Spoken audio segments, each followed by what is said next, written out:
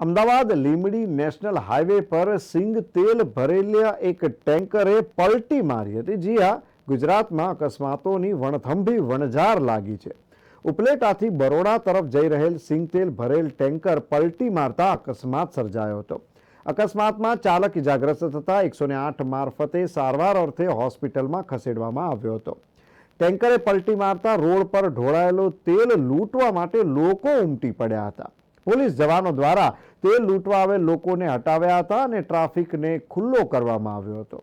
આવા અવારનવાર કિસ્સા જોવા મળતા હોય છે કે જેમાં ખાસ કરીને આવા ટેન્કરો જ્યારે પલટી મારે છે ત્યારે તેની અંદર રહેલું દૂધ અથવા તો તેલ જો ઢોળાતો હોય છે, આજુબાજુના ગામના લોકો જે છે તે આ બધું ભેગું કરવા માટે દોડી આવતા હોય છે। કારણ કે એ પણ કહી શકાય કે મોંઘવારીએ માજા મૂકી છે અને માટે ગરીબ ગામના જે લોકો હોય છે તે લોકોને આવું કરવાની ફરજ પડતી હોય છે। જો કે અહીં પોલીસે આ લોકોને દૂર કર્યા હતા અને ટ્રાફિક જે છે તેને ખુલ્લો કર્યો હતો।